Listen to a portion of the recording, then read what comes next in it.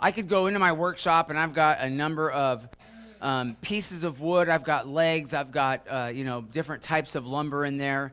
And I could go in my shop and probably in a few hours, I could put together a simple table, right? And maybe you need a table in your room, a bedstand or something. I could make a simple one and you could put it in your bedroom.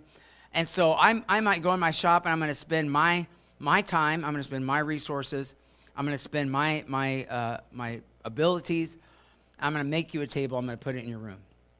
Now, if you were to take that table and say you really appreciate it, then you're probably going to, get something to put. If you put a drink on it, you'd put something down to protect the drink, like a coaster or folded up piece of paper or a napkin, right? You wouldn't just let water drip down all over it and ruin the finish.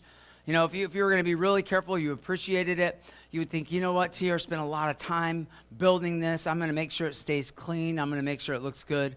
And then do you think if I were to come over and see the table in your room, do you think I would appreciate it if you said, you know what, I know he made this to be a table, but I really think it would be a great cat scratching post. And then you put stuff on it to make the cat come and claw the legs and scratch the top and do gross cat things like clean itself while it's laying on top of the tabletop. Do you think I, as the creator, would appreciate that you decided to repurpose the thing that I created for you? No, right? Now, if you wanted a cat scratcher, I would go make you a cat scratcher and I'd wrap up a piece of wood with some string and boom, cat scratcher, right? But I didn't. I made you a table. Because you have to realize that the intentions of the Creator are essential to your understanding of what has been created, right?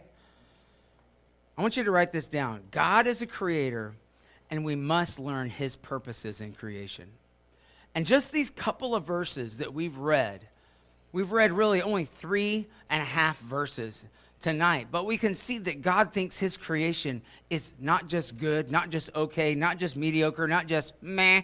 God thinks his creation is very good. And in just these few verses, we see that God created us in his image.